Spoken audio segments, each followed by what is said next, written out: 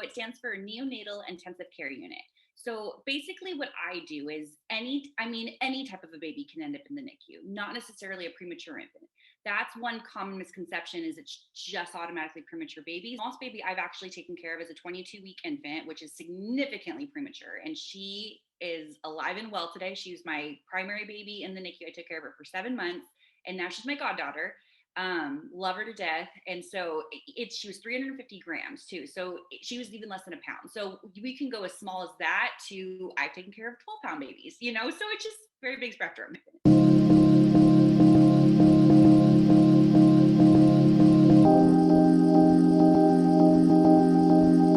Hi, everyone. Welcome to MDF Instruments Crafting Wellness Podcast. Today, I have the pleasure of introducing you to Rachel. Introduce yourself, tell us where you're from, and where you currently live. Sure. So I am a NICU nurse. I've been a NICU nurse a little over 6 years. Absolutely love my job. And I'm in California, but I'm in Ontario, California. So a little bit southern. So can you tell us a little bit about a NICU nurse? And does that stand for something? Is that an acronym? It is. So it stands for Neonatal Intensive Care Unit. So basically what I do is any type of a baby can end up in the NICU, not necessarily a premature infant. That's one common misconception is it's just automatically premature babies, but we get babies that are supposed to come out at 40 weeks, which is a term babies at 40 weeks for multiple different reasons. We just get any type of babies that one are premature, two have maybe a congenital abnormality or defect, a heart condition, respiratory distress at birth, literally any reason. So the smallest baby I've actually taken care of is a 22-week infant, which is significantly premature. And she is alive and well today. She was my primary baby in the NICU. I took care of her for 7 months and now she's my goddaughter. Love her to death. And so she was 350 grams too. So she was even less than a pound. So we can go as small as that to I've taken care of 12-pound babies, so it's just very big spectrum. Wow, we are going to have to touch base on that story where you're the goddaughter because that sounds inspiring and awesome. I can tell that you're really passionate about what you do. I can tell you have a really great heart, and we haven't really talked too much about that. So can you tell me a little bit? I know that a NICU nurse is a specialty. Did you always know that this was the specialty you wanted to go into, or did you start out just nursing in general and then you went into NICU? Or tell us a little bit about your journey into the specialty. What's actually very funny is I did not want to be a NICU nurse at all when I was in school. It terrified me. You think of really itty bitty tiny babies and it's terrifying. And I personally was a NICU baby. I was 6 weeks premature. So my mom always kind of thought when I went into nursing as a profession that I was going to end up being a NICU nurse. And I was like, no way, I can't do it. That just terrifies me. And I really wanted to do labor and delivery. I wanted to deliver the babies, bring some happy moments into people's lives. Like that's totally my, what I wanted to do. And when I was applying to new grad positions after I finished nursing school and passing my boards, there wasn't anything available in labor and delivery. And so I was like, okay, what are other options I can do? Because I didn't want to necessarily do adults and all the different type of, things going on with adults. I wanted to kind of stay in the maternal health kind of field. And I had a friend that worked at the hospital that I actually was hired at who worked in NICU. And she was like, you'd be the most amazing NICU nurse. You need to apply. And I was like, oh my God, that just terrifies me. I don't know if I could do it. And she's like, worst comes to worst, you apply, you don't like it, you switch specialties. I'm like, okay, I'll try it. So I tried, applied, got hired. And so for those that don't know, because NICU is such a specialty, we don't learn about NICU nursing or neonatal intensive care unit in nursing school. So we had to do a 3-month, almost like a crash course in it. And we were taught at UC Irvine, actually medical center. So their whole program kind of taught a bunch of different local hospitals in the area about NICU nursing because none of us had any idea. And honestly, one of the educators there, she was just the NICU guru, knew everything about anything and just was so passionate. I was like, man, she made me love it. She made me love it even just in the beginning of the classes. And then I fell in love with it and I literally will never do anything else. I think it's a testament that sometimes, life finds a way to put us into positions and into places that maybe we didn't think that we would want to be in, and it ends up being the perfect place. And we're so blessed. And we're like, oh my gosh, this is everything. How did I not know that this is what I wanted, and it just kind of clicks right in. And it sounds like you found your passion that way. Yeah. So what drew you to nursing in the first place? You know what? Okay, so it was funny because in high school, this is going to sound kind of odd, but I always wanted to break a bone. I purposely would try to like fall down the stairs to like break a bone. I know, to wear a cast. It was ridiculous. My family thought I was crazy. But so I thought I thought I was going to do like sports medicine, like kind of go that route. And so there was a class in high school that I took. It was sports medicine, and I really liked it because I played sports throughout high school. But it didn't give me the like I don't know, a nurse, you're a nurturer, you help people a little bit more. And I wanted more of that. So it kind of just dawned on me one day, and thought about it. And then actually when I was a junior in high school, my mom had open heart surgery. So she collapsed in the middle of the night, stopped breathing. And so she ended up getting open heart surgery, was in the ICU for a little over a month, just like recovering and whatnot. And honestly, her nurses were amazing. And that was ICU, that was intensive care unit, adults, not neonatal intensive care. But they were just amazing. And they kept, me and my two sisters like very well informed. Like we all felt very comfortable, thought and knew she was in great hands. So I think seeing that, I was like, okay, nursing all the way. Boom, I'm gonna do it. That's what kind of deterred me. It's funny because talking to a lot of people on these podcasts, a lot of people in healthcare, they have a similar story. Maybe their dad or their grandpa or someone in their family got sick, someone that they cared about, and they saw a doctor, a nurse, someone take care of them in such a way that it comforted them, and they wanted to bring that feeling to other people and wanted to say, you know what? I want to help too. I want to bring this feeling of comfort in the time that I'm the most panicked and frightened because that's my loved one. That comfort that you're bringing me to make me feel like it's going to be okay. I want to do that too. And I would like to hear for people who are listening or watching who may want to get into this. What is the education process like? My personal journey, I went to a junior college. I had this goal that I wasn't going to be in any debt, and it's hard now, especially for students, which I think it's so horrible that nurses, or I mean, just nursing students in general, because they're so impacted at programs. They're forced to go to like really expensive programs just to kind of get them through a program to get them to become a nurse, and it's very unfortunate, but my main goal was I just didn't want to be in a ton of debt. So I went to a junior college first, did my prerequisites. So I spent about 2 years there.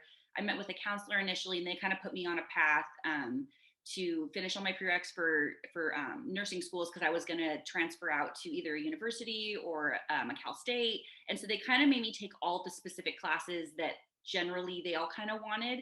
And then granted, if I wanted to go to a specific school and they required another specific class, then I would just take that class additionally. So that's how I kind of did it. And then after my 2 years, I transferred to Mount St. Mary's University, which is in LA for people that don't know. And I went to the Doheny campus. So my program was the associate's degree in nursing program. And I did that for one of two reasons. One, I wanted, because I know a lot of people are like want to go back to school and get their bachelor's, which I think is amazing, which I ended up going back and getting my bachelor's. But you don't necessarily have to go right out of school to get your bachelor's. There's multiple different ways to do it. And which was the second reason, hospitals pay you to go back to school. So they encourage you to go back to school. So there's always incentives to do it. So I did my core nursing classes for the 2 years in the nursing program, and we learned every type of specialty, all the different didactic, from ICU to just med surg to mental health to pediatrics, OB. They talk about everything in those 2 years. So when you're done with that specifically, then you graduate. Yippee hurrah! This is awesome. Now you take your NCLEX, which is your boards, your nursing boards. So you train for that. Once you pass that, then you're officially a registered nurse, and then you can start applying to new grad programs, which I highly recommend anybody that is listening is to look for new grad programs. Those are the programs that are going to set you up for success, not for failure. They put you on, like, they give you didactic courses to along with other people or like-minded, students that are in the exact same boat as you. So you guys are all on the same path together, which is awesome. And then you might be in a group with a bunch of different specialties, but it doesn't matter because you're all still like the same brain space. Like you just graduated school, you're all very new, and you want to be put like in a path where you're going to be successful, because you don't want to just be thrown out onto the floor not knowing anything. And then, it comes back on your license, because honestly, it's hard to get your license, but it's super easy to lose it. So that's like what I tell all my nursing students. I'm like, just be really careful, because your license, yeah, it seems like it was hard to get it, but it's super easy to lose it. So Mhm. yeah. But then when I got hired at my hospital, they paid me to go back to school. So then I got my bachelor's through them. I love it. And so now you've been a NICU nurse for 6 years, you said, right? Over 6 years. Yeah. Oh my gosh. It's crazy how time just kind of, but what's great about any specialty you pick, every single day or every year, you still feel like you're learning something. So it's just an like, you can learn anything being a nurse every single day. You don't know everything. Yeah, I totally understand that because I feel like you're just gonna, like what you were talking about earlier, where you had a baby that wasn't even a pound, and then you have like a 12-pound baby, but maybe there's similarities but there's differences, and all the cases are not going to be the same, and you're going to learn how to treat them differently. I would love to hear a little bit about this baby that you helped that was less than a pound, and how you protected it and nurtured it, and a little bit about how you became the godmother to that baby. And is it a boy or girl? I want to hear everything. Okay. So her name is Avery, and she is just the sweetest, most amazing. I just want to call her amazing, amazing miracle, because she is a miracle at birth. So she was born at 22.6 weeks, which, for those that don't know, when we admit babies into the NICU, they have a certain criteria, which is like viability, for success of the baby, obviously. So they try not to go below 23 weeks, give or take, but it's mainly based on their weight, which is 500 grams. So anything under 500 grams, they try to stay away from it, just because, for viability reasons, they want to have the best outcome possible for the baby, for the family. So it was a very big risk that they took. She was 350 grams, significantly lower than like NRP guidelines to resuscitate, to be able to, bring her up to the unit. But I remember the doctor on that day, and she said the reason I brought her up is because I heard her cry. So normally babies at that age wouldn't cry, but she cried. So she's like, we're taking her right upstairs. So we took her upstairs, and I remember seeing her, because I took care of her on the second day of life. And usually, when we first admit babies that small, they have like a honeymoon period where they do really good for a couple days, and then they kind of, some of them take a turn for the worse, and they kind of, decline after that. But like for her, she did not decline. She just kept getting better. I mean, for being a really, really tiny, sick infant. But it's incredible to see like where she like started and how she is now. And I bonded with the dad, because the mom, she had blood pressure issues, so she was still in the hospital, so she wasn't able to come to the bedside right away, but the dad was. And so immediately I was bonding with the dad. And I remember, it's funny because we always talk about this, he tells me, he's like, I loved the interaction that we had. You were just so comforting and warm, and like you just kept telling us like everything's going to be okay, that you just, you were just really trying to be there for me and, for my family, without even meeting the mom yet. And so he was like, I had to introduce you to my wife, who, is downstairs getting, in recovery or whatnot. And so when she got brought up, she's like, this is the famous Rachel. This is the one that we've heard about. We've been talking about it. And she's like, I'm so happy to meet you. And I'm like, I'm so happy to meet you guys. Like, you guys have a little fighter on your hands. I remember Avery, she was so feisty, super feisty, but I say feisty in the best way possible, because the feisty ones do the best. And she wanted to live. She fought to live. She had every out against her. I remember the doctor saying she had a 5% chance of just living, and she surpassed that, and now is hitting every milestone. It's just absolutely crazy. But going back to her kind of growing up a little bit. So the parents had both asked me to be her primary nurse. So if people don't know, primary nursing is amazing. I think that's only kind of geared towards, in the NICU, I think maybe even PICU, pediatric intensive care. But for babies that are in the unit for long-term purposes, it's great to have a primary nurse, just because it's continuity of care. You have the same type of nurse at the bedside every single shift that they're there, and they know that baby. They know that baby from back to front. If there's any little thing that's going wrong, they can usually detect it first, which is, it's so amazing. And it really is amazing for like those types of small babies, that just any little thing can make or break how like their outcome. And so they asked me to be the primary nurse, and I was like, of course, like I would love to. And it's crazy because I wasn't even supposed to take care of her that day, but she was the smallest baby I've ever seen, like literally ever seen. I look past her incubator and I'm like, wow, like she's so tiny. Like we have nano preemie diapers. I wish I had a picture of one. Nano preemie diapers. We had to cut them in fourths to fit her because they did not fit her. It was incredible. And I had told the nurse that was taking care of her, I was like, please let me take care of her. Like switch assignments with me. I don't know. I'm just getting a good vibe from her. I just want to take care of her. And she's like, yeah, but she's in the honeymoon stage. Like, are you okay? Like, and I'm like, no, like I got this. Like it'll be okay. And oh, I'm so glad I did because I loved Avery, loved her parents. It was wonderful. And so several months so she actually had a primary respiratory therapist as well too. So the two of us, we just were like super close, choreographed like all of like everything that she was doing. It was an awesome experience to have with that other individual and just like with the family. It was wonderful. So after a couple months, the parents, they texted us individually because we gave our numbers to the families because we were just, and she'd be like, well, how's my baby doing? Like all night. So she didn't have to bug, the unit and whatnot. And I would just give her updates. And it just having that type of relationship with a parent is like absolutely incredible. It's my favorite thing is to bond with those parents because their babies are in such, critical care and they just want someone to just make sure that their babies are going to be okay.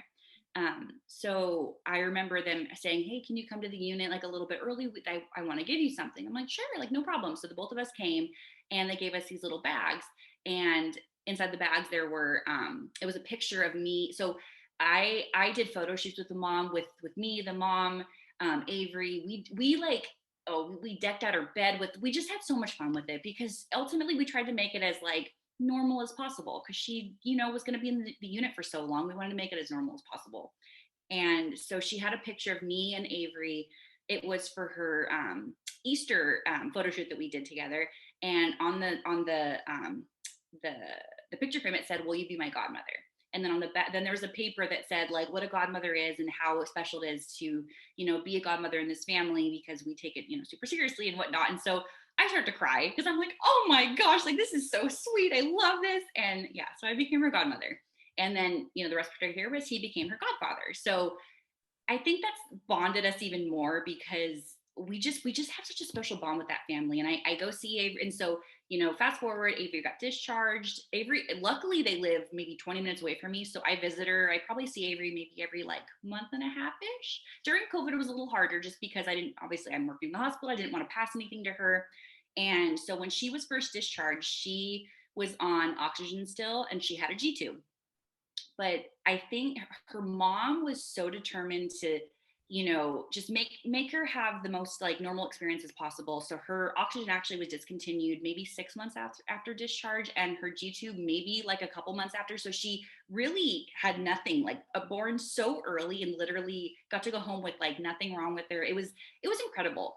And how old is she now? She's 2.5, has hit every single milestone. She runs, she walks, she talks, she screams, she, everything. She feeds herself. It's incredible because, sadly, a lot of the babies that end up in our unit, they have developmental delays, speech delays, all these different things, which, coming from so small, you would kind of expect that. She literally has nothing, and she didn't have a brain bleed, nothing. So she's just a miracle. She's perfect. She's Avery. I love Avery. Wow, that is such an awesome story. It's so inspiring. I can't even imagine just seeing that whole process from being probably like, I can't even imagine how small. And then to see her now 2.5 running around screaming, being a normal toddler, like that's got to put a huge smile on your face and make you feel so good for what you do in your job and how you're there for other people and help these tiny little human beings. But that's amazing. I mean, that's such a great story, and it sounds like you put a lot of heart and love into your job. And I'm sure that there aren't always happy endings with these things. Is there something that you do like to help going through this process of being there? And it's such a stressful situation, I'm sure. Like, probably hard on the parents to not be away from their child for 7 months, and then but you grow that bond because you're there all the time in that 7-month period, and then you get to give the child back, and it's great that you still get to see her. But what about the times when things don't go so well? What do you do for yourself, for your mental health, just your physical health, like self-care wise? Because I know nurses, you guys give so much to other people a lot that sometimes you don't give back to yourself. And I think it's so important to talk about mental health, and just if you have any advice or anything that you do that kind of helps bring you back to that, back to zero so you can continue doing what you do. It's crazy you bring up mental health because like people do not talk about it enough. And I think there's like this crazy stigma about like if you go to therapy you're crazy, which I think that's crazy. That statement's crazy because, everybody goes through different things in their life, whether it be job related or, personal related. Like everybody goes through something and it's always just wonderful to talk to somebody, some unbiased person. So I was going to say the first thing I do is I go to therapy, and I am proud to say that I love my therapist. She's gotten me through so many different things for like not even just work related stuff, like personal stuff, family stuff. She's just wonderful. And and anytime I have something going on, I text her really quick and I get a session in. And it's like, to me, it's just amazing. So I stress to all my friends, my family, I'm like, you just need to go to therapy. It will just make you feel significantly better. But I do work out. So I try really hard to, I do boot camp a lot. So I like doing boot camp, which I think I mean, that's great for my physical health too. So it's mental health and physical health. But honestly, like, especially in the unit, when like something doesn't go right, like when I saw babies that had passed away, I had the most amazing coworkers where we did like debriefs after something bad had happened. So we all kind of talked about our feelings, how everybody was doing throughout the entire, situation.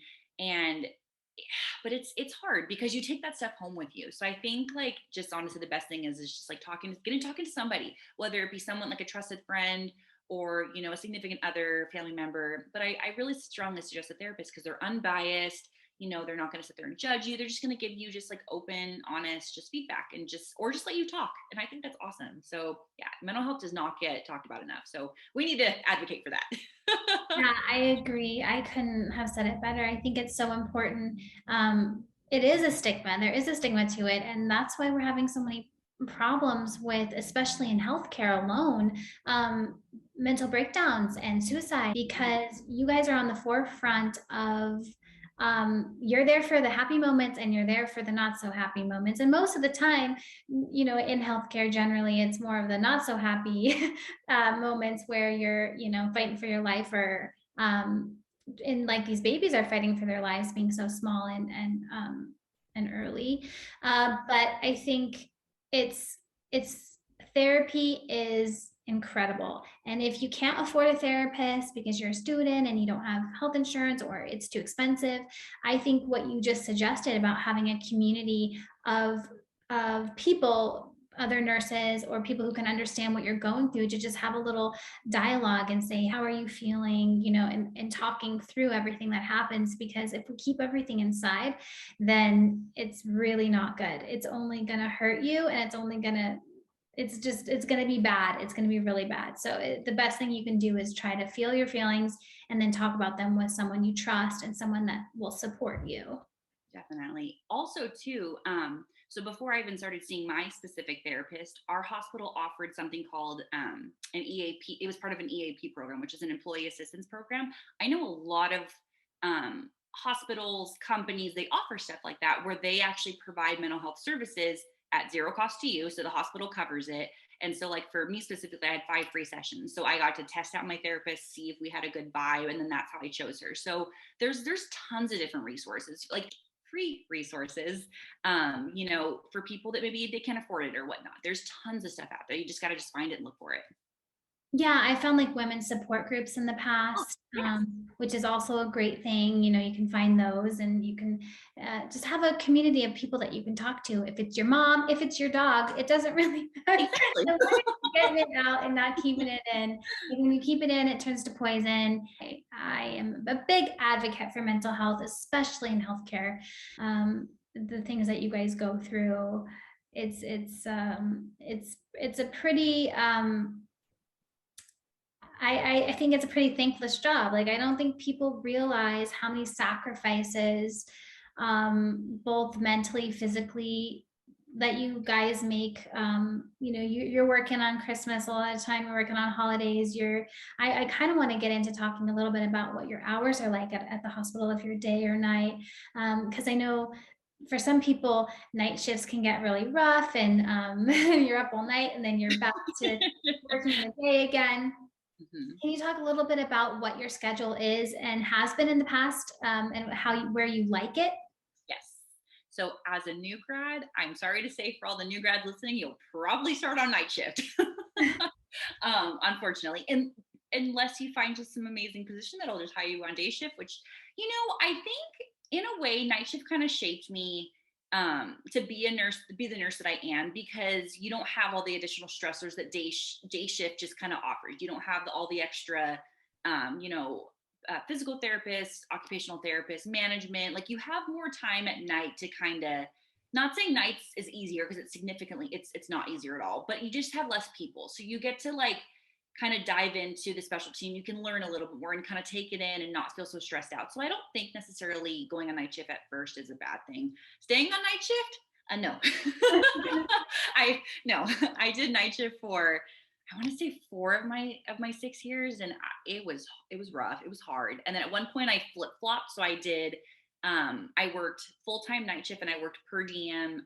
So I basically worked like kind of as needed at Kaiser, and I did a day shift. So I flip flopping it. It was just like it was really hard to kind of go from, because when people don't understand, like when you work night shift, you either work like 7 to 7, or at my hospital was 6:45 p.m. to 7:30 a.m. So you have to sleep obviously before you go into work, and then so your whole day is just gone, like because even if you go into work and you come off of work that morning, like you sleep a little bit and then let's say you don't have to go back to work that night, you're going to be groggy like a zombie all day. Night shift is really hard. So I commend those nurses that stay on night shift the rest of their career. It's crazy, but I can't do that. I work day shift now. So I work 7 a.m. to 7 p.m. It's significant. It works better with my schedule. I come home, I eat, I sometimes work out, and then I go to sleep, and I'm perfectly content and happy doing that. But we work 12-hour shifts, usually 3 days a week. I usually pick up extra either at my hospital or surrounding hospitals. I do registry with a couple different hospitals. And I'm going to start doing travel nursing. So I wanted to ask you about that because, yeah, oh my gosh, we have to talk about this. I was curious. I didn't know if, because I'm still learning about travel nursing, and I was like, well, can a NICU nurse travel? Because it seems like they need that. So why wouldn't you? That's exciting. That's really exciting. I love that. yeah. Okay, so, but you were on night shift for 4 years of your 6 years. Mhm. It was miserable. It was horrible. I in the beginning I lived at home. So my family didn't get it, because they have a normal life, a normal schedule. So they kind of do things normally. And I had to have blackout curtain because I couldn't stay asleep. And it was miserable. It's crazy now because my sister is actually in nursing school and she's about to graduate in a month. And she's working overnight shifts, right? I know, I'm so excited for her. But she's working overnight shifts now. And she's like, wow, now I get it. Now I feel so bad that, we were being loud. I'm like, it's okay. We don't think about that. So people listening, if you know someone that works night shift, give them some grace, let them sleep. If they're tired, just let them sleep some more. It's hard. Yeah. So can I ask you, okay, you said you work 12-hour days, 3 days a week, but you pick up extra shifts. Can I ask why you do that? Is it you want to save up more money, or is it just like 3 days doesn't feel like enough? Because 12-hour shifts those are long shifts. It's not an easy It's not. yeah. I kind of go through spurts of, like, I like to invest a lot of money. So my extra shifts go to investment purposes. Like I have different businesses and I have different things that I'm involved in. So to me, like extra shifts means extra money I can put in investment. So that's the reason why I do it. I don't always do it. Like around Christmas time, I usually just work my 3 days. I spend more time with family. In summer, I slow down too because again, I want to spend time with family. But like on like weird off seasons, I'm like, why not pick up a couple extra days? And I usually pick up like 2 or 3 a month. It's not anything crazy. It's something because again, like yeah, we only work 3 days a week, but we do work it's a 36 hour, which is like a 40-hour week, because we half the time we stay 12 hours, but we stay longer. So we work a 40-hour week in 3 days. So it's a lot. So it does take a toll on you, but I go through spurts where I'm like, okay, I'm going to pick up a couple and I'm going to kind of not work a couple, so it just goes back and forth. Yeah, so that was going to be my next question is our shifts were in a row. But so it's every day, 3 days, 12-hour shifts, 3 days in a row. Not necessarily 3 days in a row. It depends on the hospital. So okay, so is it three shifts a week then? yes. Okay. So usually hospitals let you pick. So the hospitals I've actually worked at let you pick your schedule, which is nice. So you pick and choose I like doing mine in a row because you get them done, then you get more days off, and it's nice. But it doesn't always work out like that, and that's okay. And you usually have to work like X amount of weekends a month, X amount of Mondays and Fridays. So there's like different things that each hospital kind of requires. So you within those means you usually get to pick like your own schedule, which is awesome. I do have to say, when I worked at Kaiser, they have a block schedule, so you don't get to pick your schedule. So that's something to consider if you want to work at Kaiser. But, yeah. Advice for nursing students. So if you could tell your younger self something, anything, what would it be? Not be so hard on yourself. Be patient with yourself. I am a perfectionist. So I remember when I first started as a new grad, I'd get so upset if something didn't click right away, or something, if I had to ask, my preceptor a second time, like, can you re-explain that to me, just to give myself grace? Because honestly, like, I, you take the time to learn why you're doing something, not just to do something. And I think that's like during nursing school, they didn't really teach us that. They just kind of just was like, okay, you have to you have to know this, but like when we are getting prepared to take like, our exams and then like our boards, like you have to know why you're doing something, because ultimately you're going to be taking that to the bedside and you need to know why you're doing something. So just to give yourself more grace, it's going to take longer than other people, and don't compare yourself.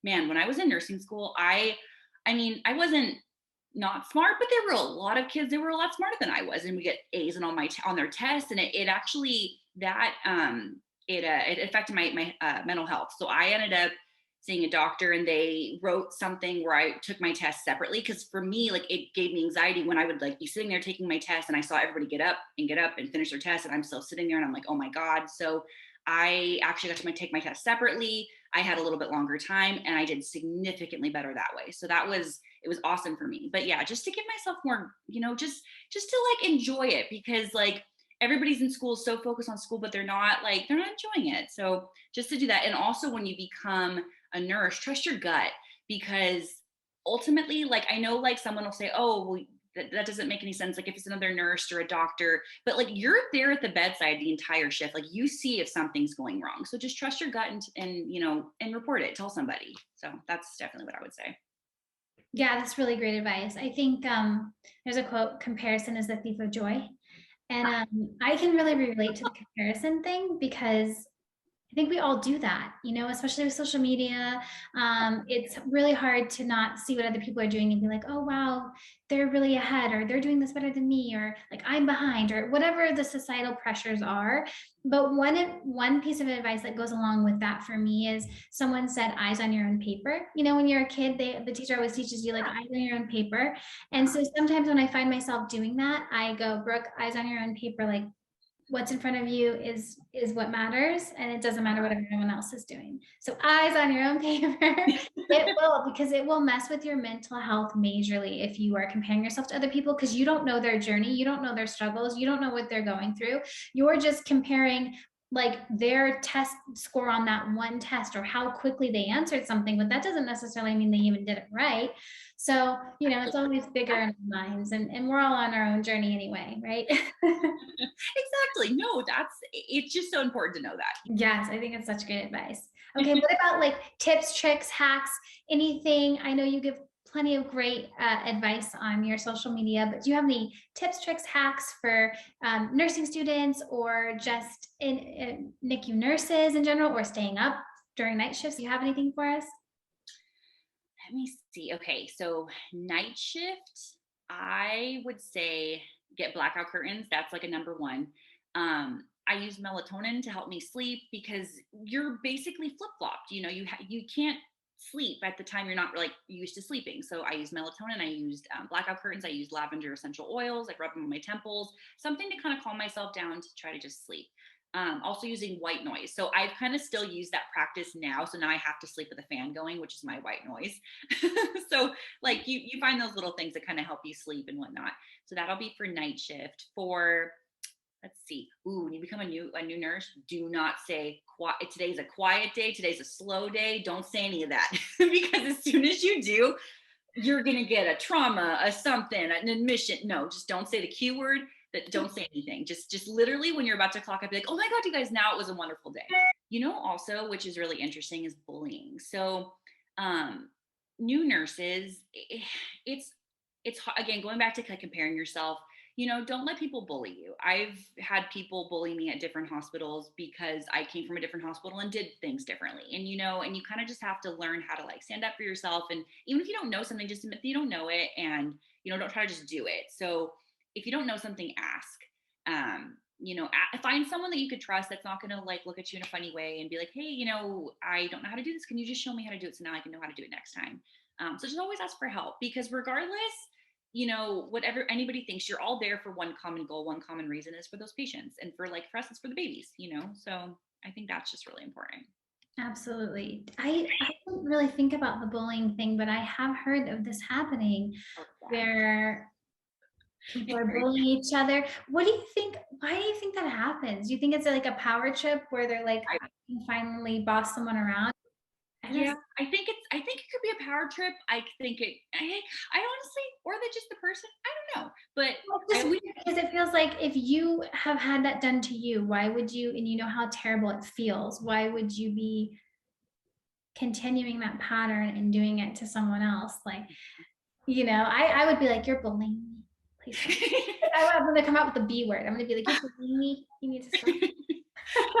Because you say that word and people sometimes don't even realize that they're being condescending, or they are bullying you, or they're being rude, or whatever. Sometimes they don't even realize it because they're caught up in their own moment.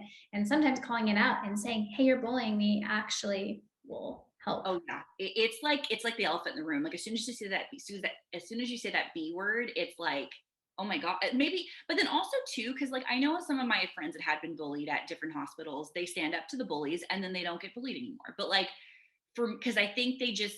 But for me, I'm a chicken, and so I take it all in. But it definitely affects my mental health. So that's what therapy comes in. Yeah, but the thing is that in healthcare, especially, I mean, that profession draws empathetic people. It draws people with really good hearts and have a high level of empathy and want to help other people. So you're going to naturally be more sensitive, and be not as likely to be able to say, "Hey, you're being rude to me," because it's just there's a kindness in healthcare that I think like just naturally draws very kind people. So when you get the people who aren't so much, or who are bullying you, it's not as likely for you to be as aggressive to stand up for yourself. But it is so important. I think it kind of comes with age too. As you get a little older, you realize, okay, I need to advocate for myself. I have to speak up. It's not okay for you to do that to me. But I encourage people all the time, if someone's being disrespectful to you, bullying you, being rude to you, stick up for yourself. You can do it in a polite way. You don't have to stoop down to their level, but definitely, own your worth, and let people know if they're crossing a boundary with you, because that's never okay, and it will affect your mental health. And people sometimes don't even know that they're doing it until they get called out on it, and that's why people get away with it, is because they can, because nobody says anything. Yeah, and like honestly, some people, like you said, like they don't know that they're doing it, and then when like you just say, hey, like that kind of hurt my feelings, or I don't like the way you kind of said that. They're like, oh my gosh, I didn't mean it that way. Let me rephrase it. Maybe someone had a bad day. I always try to give people the benefit of the doubt. Maybe they had a bad day or heard some bad news or whatever. So you just but and then again, like you said, it comes with age. I think like being more into the field, maybe later on I'll probably be like, like nobody's messing with me. But Mhm. I don't know. Yeah, no, I get the bullying thing. I'm not a fan of bullies. So tell me a little bit about your career trajectory. What does your career look like 5 years, 10 years from now? Is it going to be very similar to what you're doing, or is there like a step in a different direction that comes with more experience? Mhm. So for me personally, I know as a nurse, what's amazing going into nursing, you literally could do anything with it. That's what's so great about this profession. You can advance your career and go and get your master's degree and go into management. You could get your doctorate. You could write paper. Like there's so many things you literally could do with it. Me personally, I'm thinking for like 5 years down the line. I just told you I'm going to travel nurse, so I'm super excited about that. And I think for me, I want to do that. Well, I want to do that for a couple different reasons. One of the reasons I want to get exposure to different hospitals, kind of see how they run, how the different NICUs run. I want to see how the people are, the cultures. I want to just experience different hospitals and kind of how they run.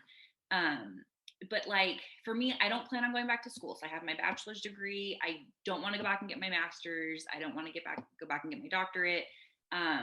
Just because for me personally, I don't want to become a nurse practitioner. I love what I do. I love being at the bedside. I find it very fulfilling. Maybe I'll feel differently later on where I'll like want to do, management or something. And then I can go back. But for right now, for at least the first 5 years, like I love being bedside. And I don't know. I do definitely want to get my RNC. So an RNC is a certification that you get in like your specialty. You just have to have 2 years of experience in it, and basically you have to take a test. It's like another board, like another set of boards. And then once you pass, then you do like when you renew your license, you have to do continuing education. So you basically have to just do a little bit more for having that certification. So that's something that's in my horizon for this year actually to do. So travel nursing and then that, but for 10 years, I'm like, let's see. Well, hopefully in 10 years I'll be a mama. So maybe I'll step back a little bit. I'm 31. So and it's kind of crazy because I'm a NICU nurse. I have no kids and I have the worst baby fever ever. I go to work and I just want to like love on everybody. And I'm like, please just like give me love because I want babies of my own. I can't wait. So hopefully the next 5 years I have kids, but next 10 years I'll have kids. So at that time, maybe I'll take a step back and not work full time or work the extra shifts, just work part time because I want to be a mama too. You're going to be a great mom. You're going to be an awesome mom. So we can have kids later. So it hurts me at work when some of the nurses are like, oh, you're 31 and you don't. Actually, it's funny. I did a post on this, or like a funny post on this, like where they just make fun, but they're like, oh, like you're not married or you don't have any kids, like what are you waiting for, kind of thing. And I'm like, well, honestly, like for me, I was career focused, and now I'm getting to the point where I'm like, now I want to, and I have a boyfriend, so hopefully if he listens, he can get the ring on the finger. No, I'm just kidding. But hopefully, I mean, we've talked about marriage and kids, and we talk about it all the time. But it'll be sometime in the future. But regardless what age, I'm learning now, it happens whenever it's supposed to happen. Everything.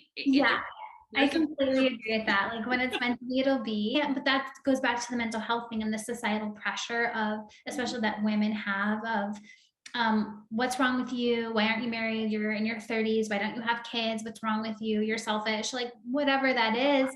And it's not always, we can do things a lot older now. And I'm a big believer in you're only as old as you feel. And I hope that will happen too, but you can't, life just doesn't always go the way that you think it's going to go. And it doesn't always happen on your timeline. And you just have to be okay with that because there's just things you can't control, So as a NICU nurse, is there a specific stethoscope that you have, and what are those needs? And also like any other medical equipment that you find that is very helpful for your job? So I'm a little biased. I love the MDF stethoscope, and I am obsessed with the precardial titanium one because this is the reason why it has different attachments. So as a NICU nurse, or even a pediatrics nurse, we deal with little itty bitties. We don't deal with big people. So we need little itty bitty bells. So what I love about that specific stethoscope is you literally can take the bells off and you put on a tiny small one for a little infant or a pediatric one, which I think that's super important, especially, being a NICU nurse, you have to have a smaller bell or a smaller stethoscope. So, and for equipment, let's see, usually like what I carry around with me, I always carry around scissors for something. Cause I mean, we need it to do, to put orogastric tubes into their nose or their mouth and tape it to the side, or for IV purposes. I use, let me see. Yeah. So like if you have a medical bag, if you were to pack a medical bag for your job, what would go inside it? Oh, I actually do have a medical bag. So in my medical bag, I have gum because, and or mints because, especially having to wear, well, even when we didn't have to wear masks all the time in the hospital, you eat and you got stinky breath, just wear it, just, you're up in people's face. You're talking to people, you're talking to babies. They can tell they don't want bad breath nurses either. So, but even like after lunch and you have a mask on, you can taste your own food and it's nasty. So, if you don't bring a toothbrush or something, bring gum or bring mints. I have scissors in mine. I have multiple pens. I have highlighters. I'm very organized when I do my report sheet. I color code it with highlighters, pens. I want to know exactly what's going on. I think that's my anxiety, my mental health kind of poking through. I like to be in control of my paper, my day. And granted, as a nurse, you could plan it. It's not going to go the way you plan. But if you have a general idea and you kind of do, what you can, usually your day goes a little bit better. So I have a bunch of pens, highlighters. I have Sharpies in there because for NICU, we fortify breast milk. And so, or we thaw it and then we fortify it. So we, have to put, like when we fortify it to make it, different calories or whatnot, we use Sharpie. So we Sharpie the top and say like how many calories you fortified it to. I also have, I have alcohol swabs in there to like standing off my phone, standing off my stethoscope usually, and my stethoscope is obviously in there. And then usually I put a calculator in there too, because we're not necessarily we're not allowed to really have our phones out. So I have a calculator to, like, when we have new IV rates, we have to calculate, or, orders from the doctors that are feeding related that we need to calculate something. So I have a calculator in mind. Let's see. I think that's about it that's in my bag. Maybe an extra hair tie. I don't have anything like crazy, because honestly, what's great about my department is we have a bed cart, or we have like a storing cabinet with like everything in it. So we don't need too many other, too many other things. Because most of our stuff is up there. So we have our little bag with and make sure you get a bag that you can wipe off with a sandy wipe so it doesn't harbor like bacteria and whatnot. So that's what I bring. Awesome. I love it. I love it. Oh, I bring ginger chews. Reason for that, I get migraines. So I bring ginger chews just in case. I forgot about that. I have a bag of ginger chews. I didn't know that helped migraines. I get migraines really bad too. Ginger chews. And mango. You have to get the mango ones. You can't get the nasty regular ones. Get the mango ones. Okay, that's good advice. I like it. Okay, Rachel, will you give us your social media handles? So for anyone listening who wants to give you a follow and check you out, she offers all kinds of really great tips and tricks on her Instagram. She also has advice. She also has really funny videos that she puts on. I'm a big fan of her social media. So can you give it to us, Rachel? Yes. Okay. So it's the @ Rachel, the RN _ So it looks like Rachel Thurn. I've been asked if that's my last name. No, it's Rachel, the RN _. So yes, give me a follow. And perfect. Yeah. Well, Rachel, thank you so much for being on our Crafting Wellness podcast today. It was such a pleasure having you and talking with you. And I'm going to have to check back with you to see how the travel nursing is going and how your medical bag changes. Yes. Great. Thank you guys so much for having me. Honest, this was so much fun. So thank you guys so much.